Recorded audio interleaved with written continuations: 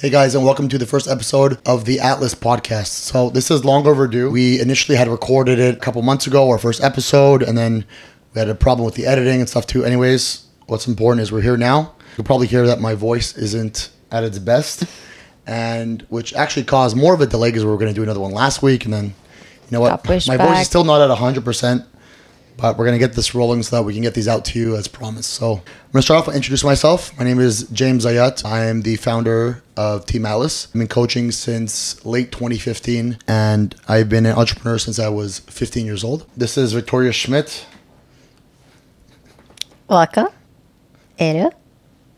You want me to introduce myself? Yeah, or you introduce me? No, you can introduce yourself. So I'm Victoria Schmidt. I'm exclusive posing coach for Team Atlas since more than a year now. I've been working with James for the Team Atlas lifestyle part for more than 2 years. But I started doing the posing last year. So yeah, that's it. Yeah, so I met Victoria Schmidt when she was, I believe, 18 years old. How old are you now? 22. Was I? Yeah, 18. Yeah, so I was coaching her boyfriend, Luca, during the pandemic in 2020. I met her at like a private gym that we had access to. And I just realized that she was, you know, really smart and organized and just kind of on top of every detail just by talking to her, you know, in the gym. And then I started coaching her. Yeah, I was just really impressed by the person she was. And she turned pro, I believe, at our like second or third show together. It was a very short season. We turned pro very quickly. Yeah, it was just 1 week apart. I did 2 nationals. I did one open show and one natural and one open, and I won the open show a week after. So it was my first national ever. Yeah, she won the overall at the Toronto Pro in 2021. 2021, yeah, 2 years ago. Yeah. Yeah, and she was a little bit small. Yeah, she was a little bit small, but she won because she was by far the best poser on the stage with the best presence and confidence. So, you know, she was a dance instructor when she was younger too, so she's really good at teaching posing, understanding hip movement, feet placement, etc. So. Yeah. I mean, I dance all my life, you know, so I'm very comfortable with movements, with my body and stuff like that. So it was super easy for me to understand what posing was. And after that, just by understanding and looking more like at, I don't know, videos, different competitions and assisting and just doing my homework, I got better and better, you know, and I think that made me win for sure. Absolutely. Because I was so small. Yeah, she was like, what, 97 pounds on stage. 97 pounds, 5'1". Yeah, so I was definitely under muscular, but I think my overall shape my structure was good, but I was under muscular for sure. Anyway, so I hired Victoria, and it's been great ever since. Good. That's it. We're happy. That's the introduction. Props. Good. So I want to quickly go into Isa's win this past weekend in Klash. As you guys know, she placed second in Texas last week, which was not too fun. But it was a big learning experience, and basically what happened was, you know, I made a couple posts about it, but her body had just gone into overdrive 3 days out. I mean, we were cruising at stage condition for 6 weeks. She would wake up every day. Her body would be exactly where I thought it would be, and I would feed her a little bit, and it would be just very, very predictable throughout the entire prep. And then I saw her on the Tuesday morning. Everything was great.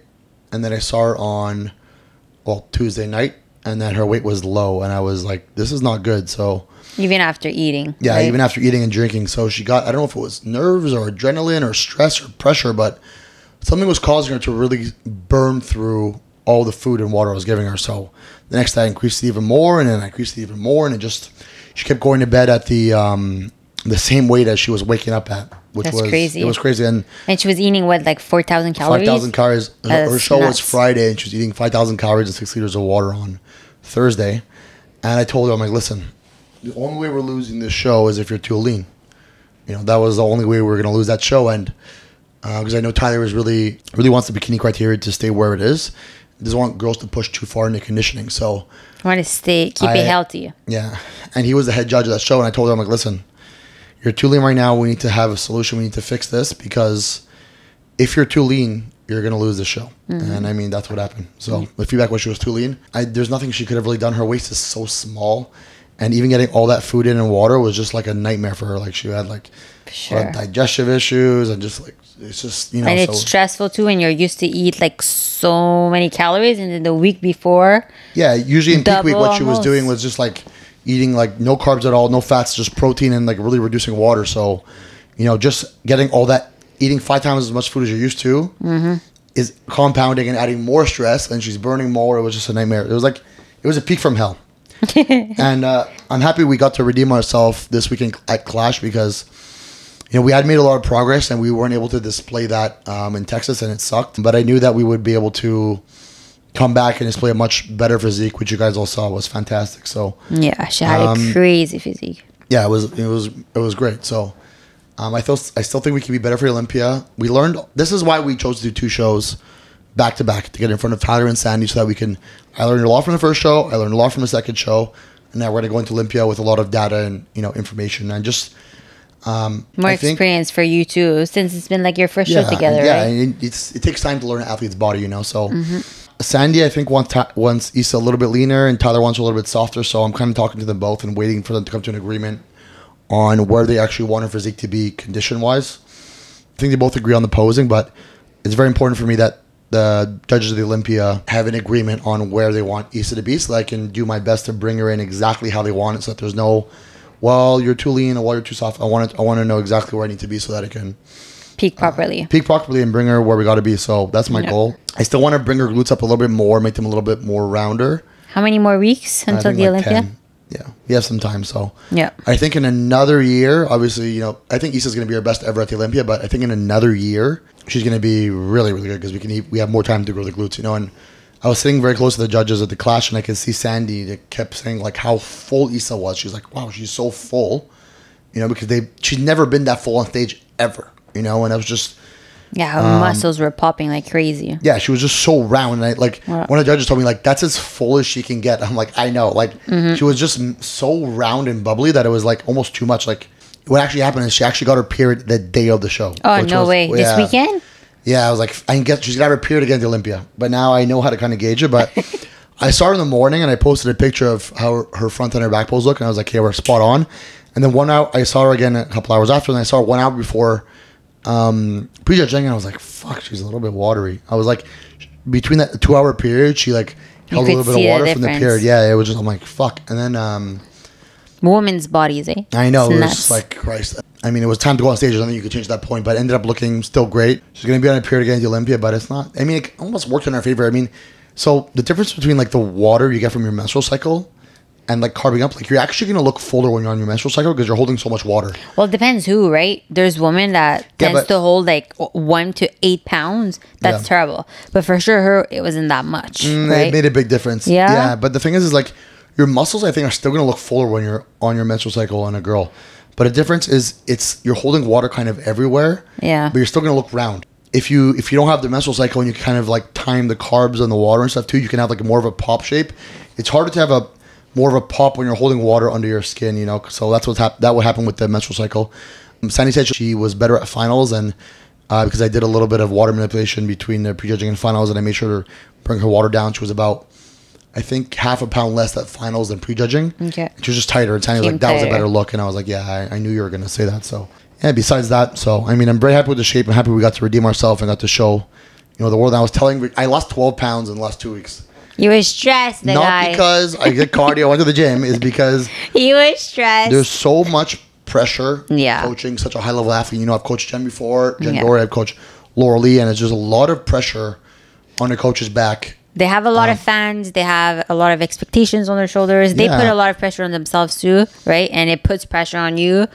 Yeah, and the whole fitness industry is watching you. Yeah. And if your athlete looks like shit, it's on the coach. It's on you. But if your athlete looks good, then the coach is great too, so it's kind of and when Texas happened, I was like, well, fuck. I'm like, I knew this is not something normal and that would happen again, and she still looked good, but we could see the glute density that she added, but it wasn't the physique that I had in mind for her. So we did the other show as planned. We're gonna do the show, we're gonna fix. I told her, don't worry, you're gonna come back to Klash, you're gonna look 10 times better, and she just kind of followed everything I did, and there was she won with a flawless score, and she looked great, and even the second place girl looked really good too. I was impressed. She's kind of a newer pro, I think, but she won Nashville last week and did this show too, and very impressive athlete. She's going to be good too. I think her name is Ariana. So I want to cover a little bit of Isa's show, and she's headed back home today. She's flying for 20 hours, coming back to Brazil. Is it actually 20 hours? She has a 10-hour layover in Texas or something. It's oh my God, that's crazy. Poor girl. Yeah, that's long. Yeah, she was traveling for 2 weeks and just kind of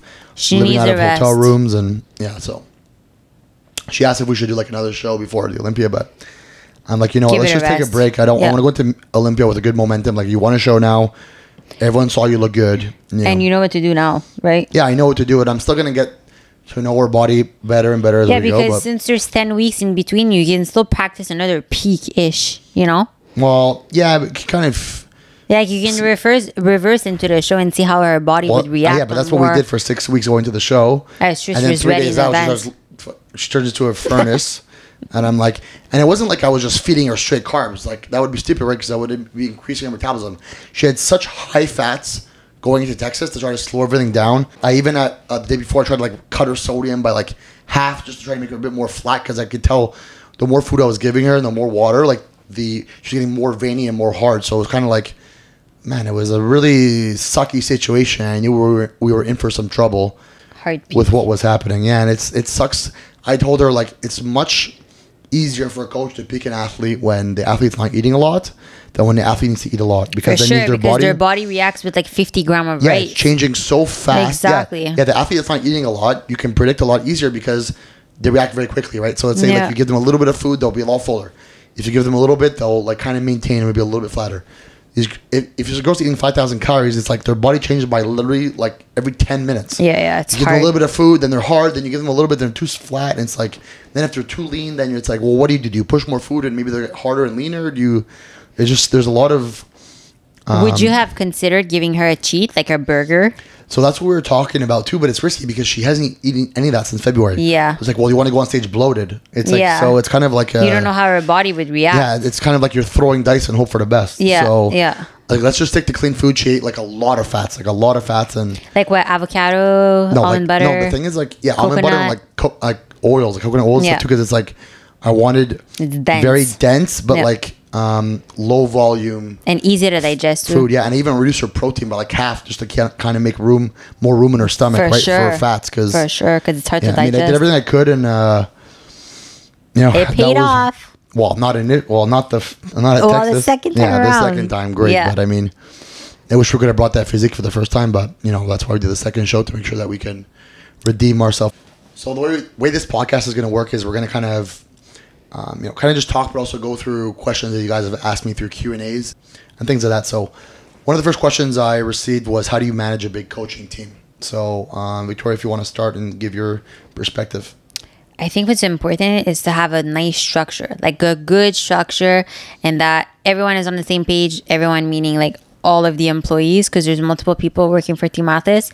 I think we all need to know what's going on, how we function, how we work, how the athletes work. And I think organization is key. And then after that, once we have something that's set, it's easy to it's like a blueprint, right? Once you have this set up, after that, you can just keep going, keep adding some more, stay structured. Yeah. I mean, it goes way deeper than that, but a good structure is still essential. Yeah, we have a good infrastructure on Team Alice that allows us to coach a lot of athletes. Yeah. So the way we do that is I have a lot of employees, but they're not necessarily coaching, right? It's just behind the scenes stuff to help me get like managing Facebook groups, managing payments, inquiries, stuff like that, exactly. Right? So bookkeeping, managing the Team Atlas lifestyle page, just things like that. So, and don't forget too, we have athletes from everywhere in the world, right?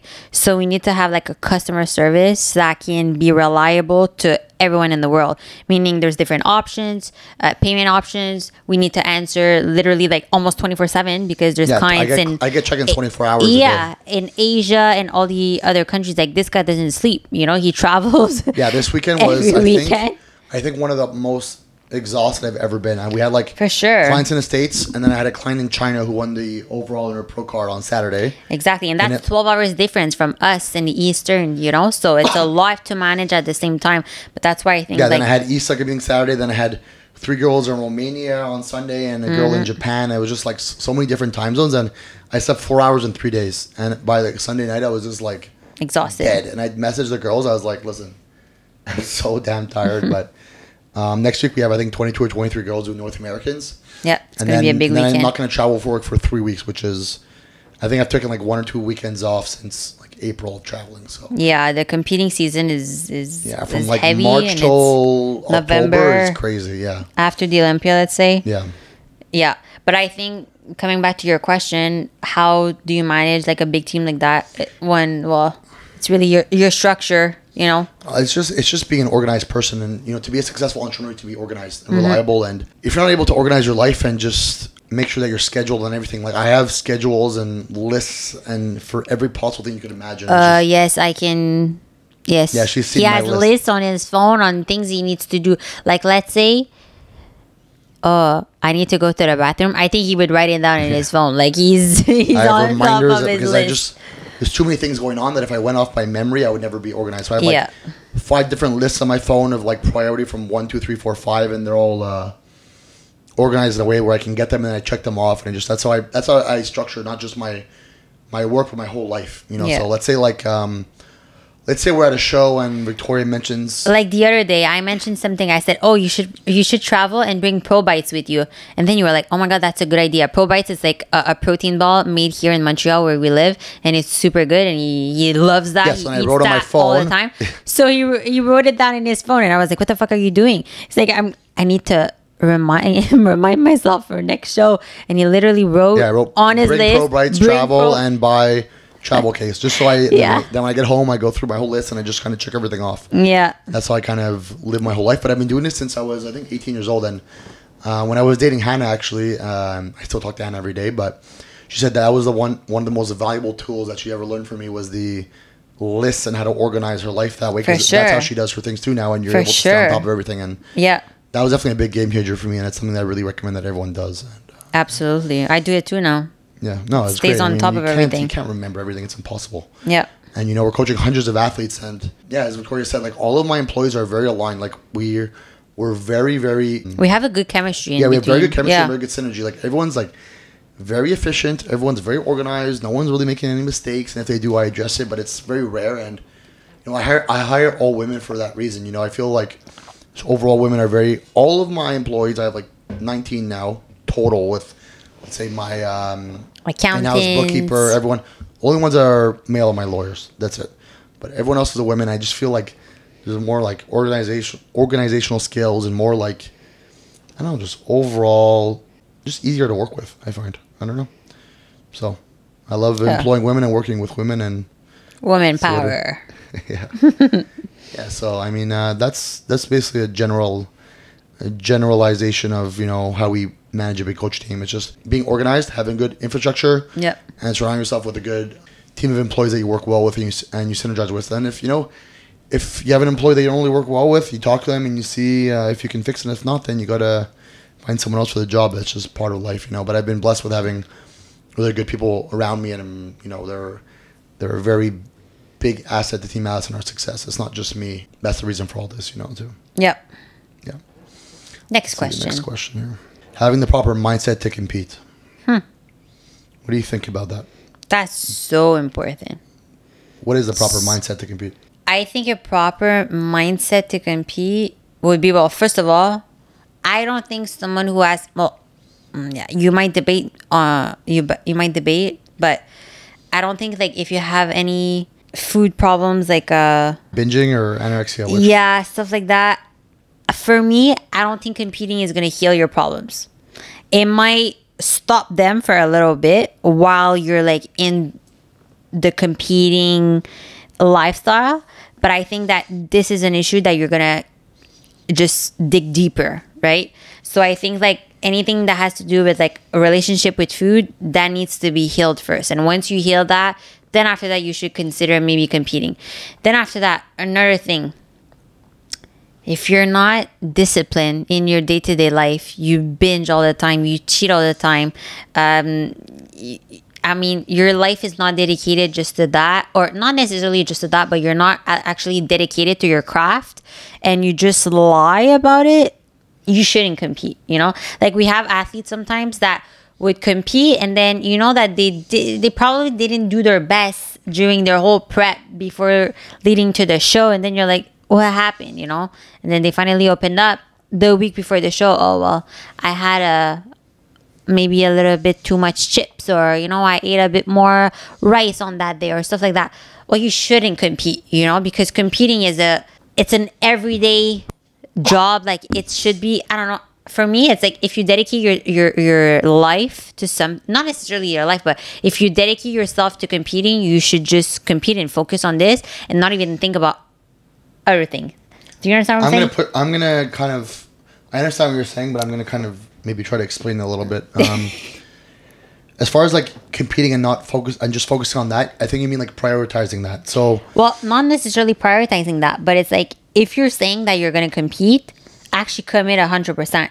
No, I know, but why would you cheat? Why would you cheat when you're in prep? No, yeah, for sure. No, I understand, but you have to prioritize it. So, like, if you have a family and a job, you can't just be like, well, I'm quitting my job and no, that's for sure. Yeah, so it's a hobby at the same time, right? And it should be a hobby. And like, if you're not a professional and you're an amateur, and like you have a day-to-day job, you have a life, you have kids and stuff, you should be able to manage it all. And if you can, well, I mean, you can still compete, right? Yeah, so but there's different levels to it. So look, there's a few different things we'll cover with what you said. So the first thing is, you need to prioritize competing if you want to do good. So you can't compete as a secondary and be like, well, I'll get everything else done, and then at the end of the day, I'll do my training and my cardio if I can, and do my meal. No, you need to be like, go back to being structured, and you need to follow your diet perfectly. Your cardio needs to all get done.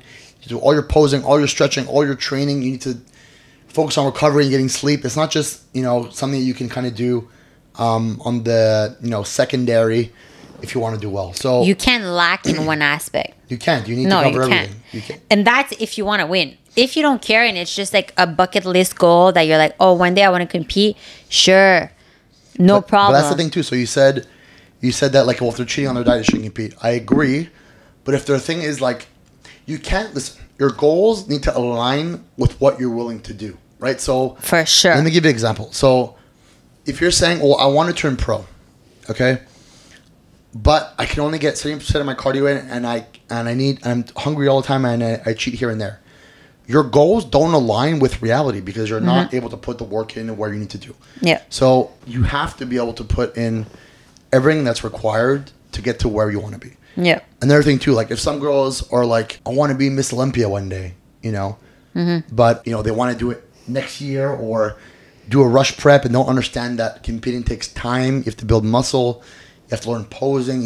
There's nothing that annoys me more than a rush prep. Where it's like, but I have to do this show and someone that thinks that they know it all, Yeah, but that's another topic. Wait, let's relax. So it's like if someone joins my team and they're like, they look like they're 12 weeks out and they're like, well, I want to do a show in 6 weeks. It's like, well, do you want to go lose? Like, I don't understand. Like, why do you want to? And then the things with these rush preps, it's not the best. 50% of the time, almost always you have to crash diet them, right? So it means like, get their calories very low and their cardio very high very quickly. It's not. And then the client like, well, it's too hard. I'm like, yes, that's why you should have waited longer. I'm like, I told you. You shouldn't be in a rush to compete. Yeah, that's for sure. No, but I'll be like, I told you this is going to be very difficult, and you insisted on doing the show in 4 or 6 weeks. Yeah. And then you're in a worse position now than you were before. It's like, you need to take the time it takes to do the shows. There's 5 million shows a year. Exactly. You can find one, where you live or very close to where you live almost any time of the year. So be strategic. Don't do these crash diets. Don't do these. Take your time. Do the preps properly. And as far as having the proper mindset, you need to go into prep with the idea that you're willing to learn and really push yourself. If you're going to a prep and you feel unmotivated, and you're kind of not sure you want to do it, and you're not, or like something is up in your life, you're not really in able your to personal commit. life. Yeah, you're not able to like commit to the prep, or you're like, well, you're not mentally stable. You need to be focused. Yeah. Like, you need to be going like, I'm going to do these 14, 16 weeks, whatever it is, and be perfect on everything, and like do all my meal preps on Sunday or whatever it is, and do like, you need to be committed. That's your mindset. Needs to be like, you're committed. Exactly. Yeah. Yes. You need to commit to your coach, commit to your competition. You need to commit to the whole process and not skip any details. And I think that's having the proper mindset. As far as the binging and the being, the anorexia type thing. But what I meant to say is that some girls think that competing is going to fix their issues. Depends. This is the thing. So if you have a thing where you're binging and stuff too, competing is very bad for you because it's going to make it worse. You're going to be dieting down, and you're going to do after a show. You're going to your reverse is going to be terrible. Yes. You don't want to be a binger and then compete. If you're anorexic, I've had success with a few anorexic clients. They gain 30, 40 pounds after, and they feel much better. I feel like that can help you because if you can start learning that your body looks better and you feel better through good diet, nutrition, and training, then it could help you. And hopefully, you don't revert back because you're going to be eating more food than less. But if you're used to eating so much food and binging, and you have to have cheat meals every 2 days before you go to bed, and then you're going to a strict, 100% strict diet regimen, I mean, you're setting yourself up for failure. It's not going to be a good idea. So you need to prioritize living a healthy life first. Yeah. Just look at Victoria. Show them your abs. Show them your abs. Stop. Show them your abs. I'm shy. Doesn't matter. I don't have abs right now. Show them. I saw something happening before when you were walking out. No, I can't show my abs. You want me to show my abs? Seriously. Yeah, do you have some or not? Really? Jesus Christ. I don't have any. I don't know. Let's see. I'm gonna put my fence down. Wow. This is not following any specific diet. This is just training, because she loves it. This is just dieting the way she likes it. Like, she's not following any diet. She's not following any cardio regimen. She just... No. Are you following, like... No. I turned her pro, but then after that, she's like, I don't want to compete anymore. I want to focus on working and making a business with you and just doing posing classes. So yeah, I have different goals for sure. Yeah, she has different goals now. So now she's doing her own diet, her own training. She's just living her life the way she wants to. So exactly, I'm just living the lifestyle. Walking around body.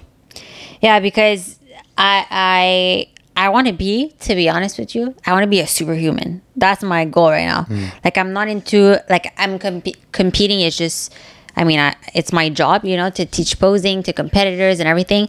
But I don't want anything to do with, like, weightlifting only and, like, just training to bodybuild. I'm really more, like, into, I don't know, like, more performance kind of style. And, like, no, but I want to, like, improve my heart. And, I started running and stuff like that. So I just want to be, like, an overall better athlete and, like, a better, I don't know, I want to feel good in my skin all the time. And you look really healthy. And that's the whole point, is I'm saying, like, your lifestyle is just being healthy. So yeah, it's important. How much easier would it be for someone like Victoria to jump into prep where they already look this good, they're already meal prepping their food just as a natural instinct because they want to feel and look good all the time. Yeah, they're training, they're doing cardio. She does, like, fasted cardio every day, just a little bit. I think an hour every day. Every day. It's part of my. But it's like I brush my teeth in the morning. I always say that. But that's the thing. There's people that are like, "How you do it?" I'm like, for me, it's not even a question. I just wake up. You wake up, you brush your teeth. I wake up, I brush my teeth, and then I go do cardio. It's like a secondhand. Just one tooth? Yes, just one. The one in the front. Your teeth. My teeth. She's French. Don't worry about it. Does it show a little bit? Anyway, so yes, I do my cardio every day. It's just part of my day-to-day life, It's like, and it makes me feel good. If I don't do it, I don't feel good. I like to do stuff like that. I like to do stuff that makes me feel good, because if I'm good within myself, everything around me is good too. I'm more positive.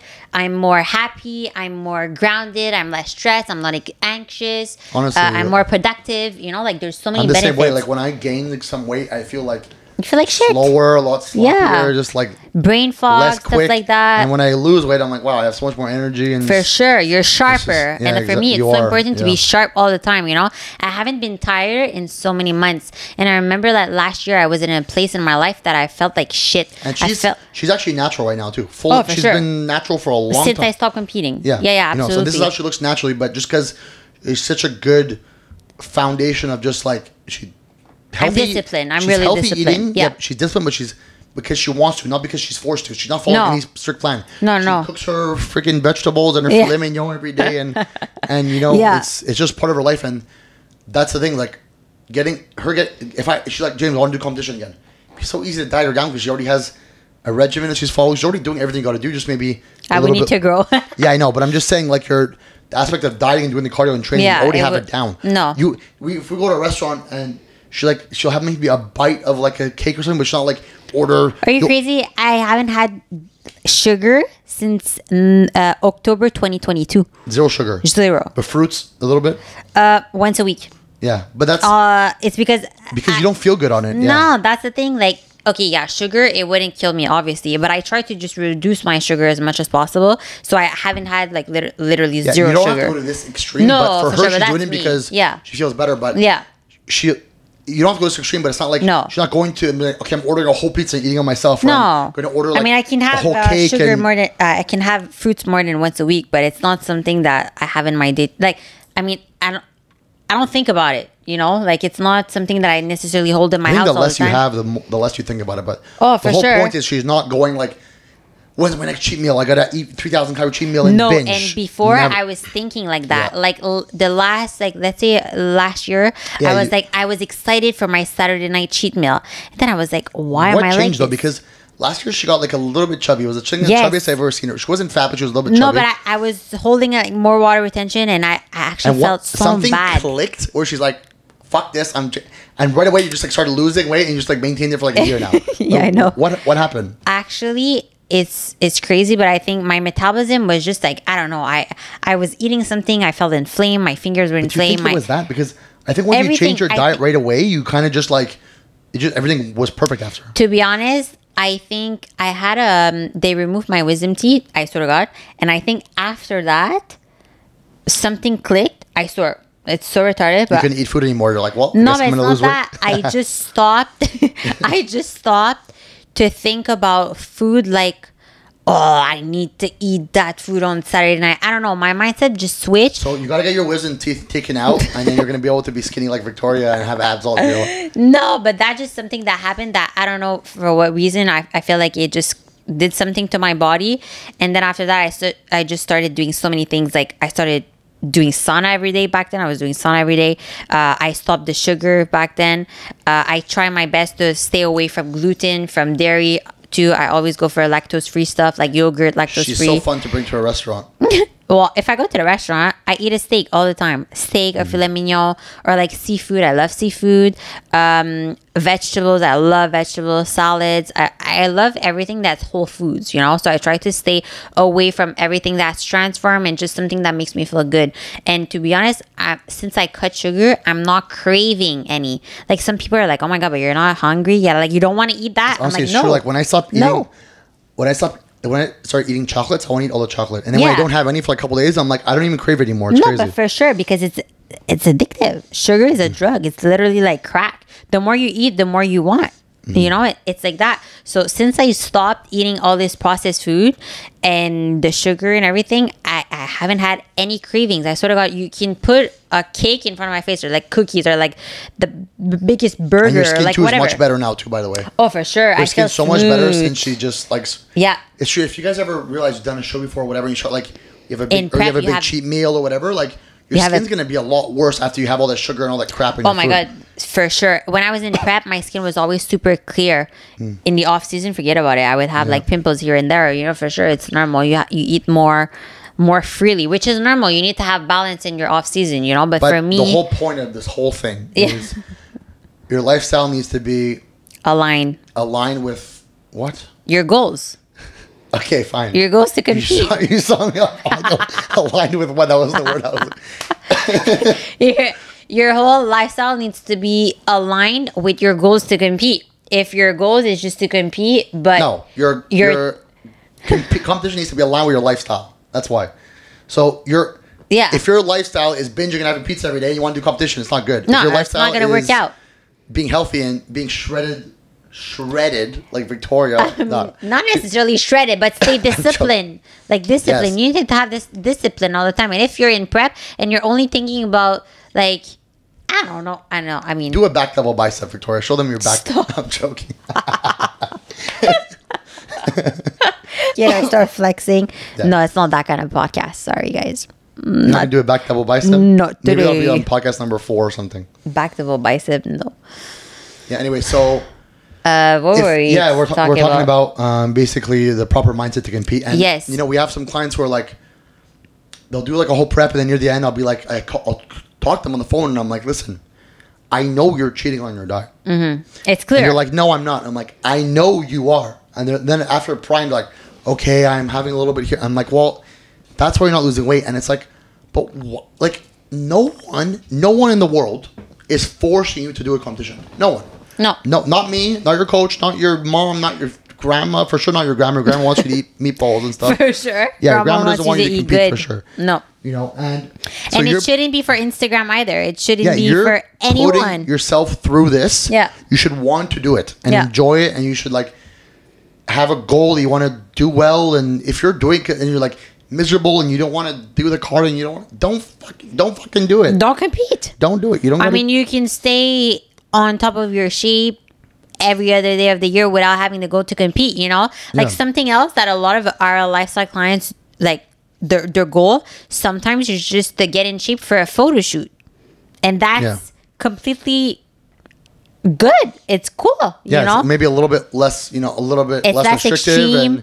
It's not as like crazy. Competing is very extreme in every aspect. You gotta sometimes some athletes go 2 hours cardio, 2.5 hours cardio, 900 calories against lean. You gotta have tie-ins in your your hamstrings and glutes, and it's like it's hard as a woman, right? So let's get into that too. Like from like an evolutionary standpoint, women aren't supposed to get that lean naturally.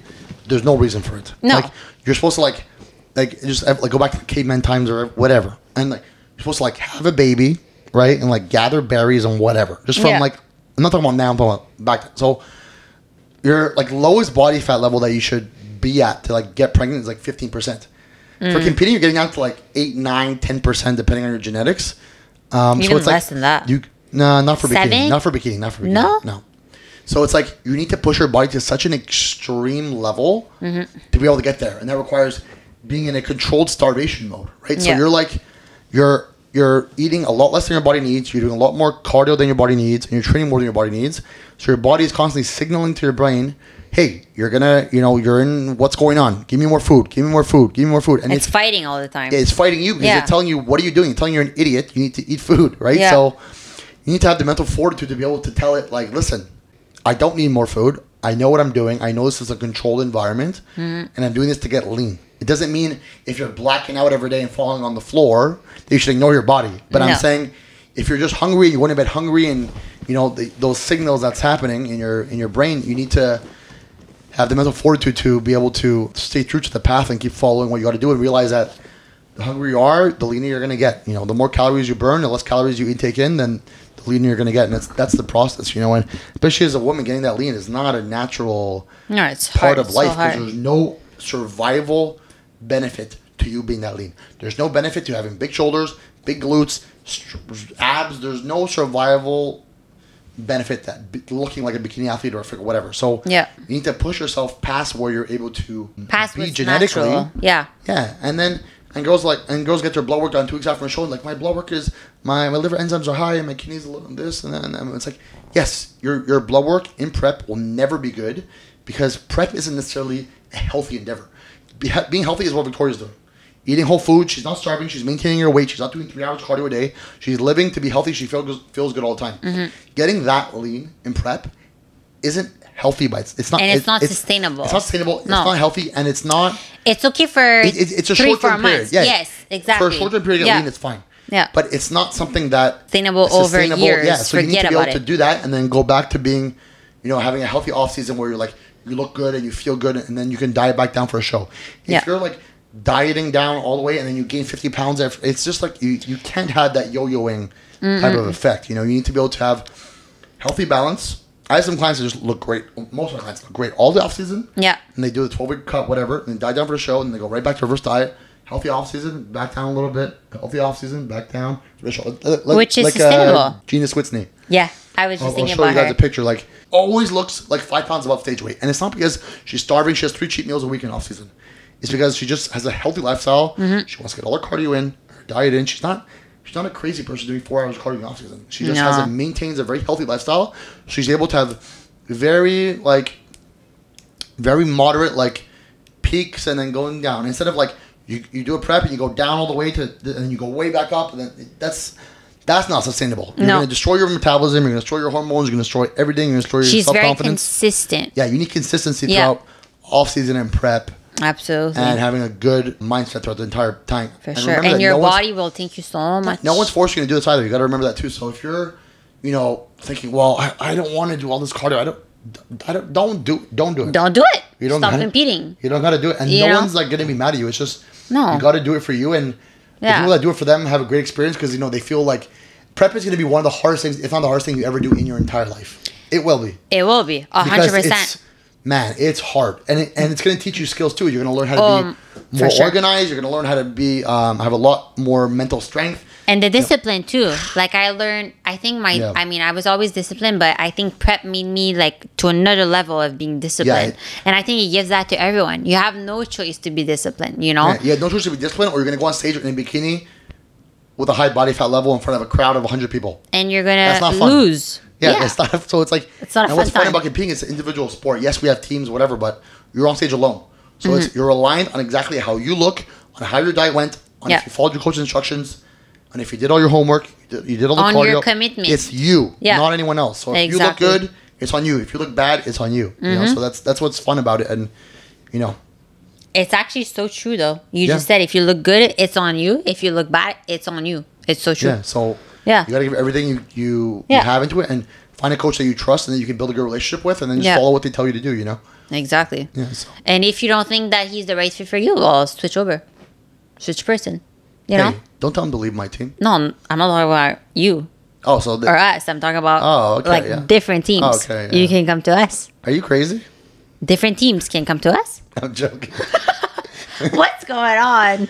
No, but for real, though, like, if you have to find a coach that you trust, whether it's me or someone else, and then follow what they tell you to do, and then, you know, build a relationship with them, build a long-term relationship with them, and allow them to learn your body and build a foundation together, and then you guys get better and better together. That's teamwork, but it is an individual sport, and you're the only one going on stage. Your coach is not going on stage, so everything you put into it, hopefully you get out of it. So 100%. Don't cut corners, because... And my advice is don't be rush.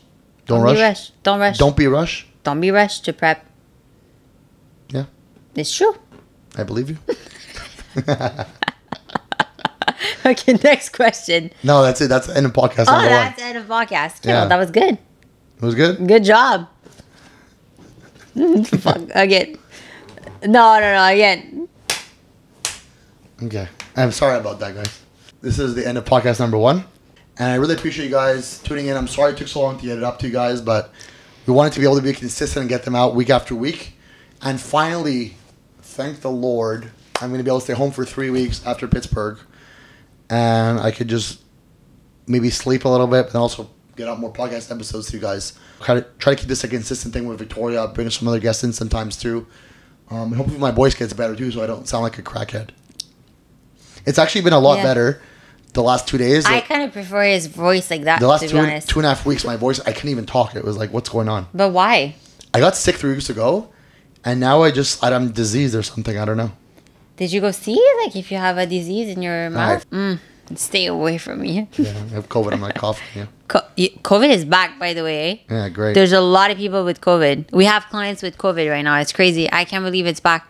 And apparently they're saying that the masks are coming back too in December. Did you hear that? Yeah? How about Donald Trump? You want to talk about politics right now? Want to go into that? We're switching to podcast. Sure, let's do it. I'm joking. Anyways. All right, guys. I hope you have a good day. Thank you so much. We'll see you in episode number 2. Thanks. Ciao.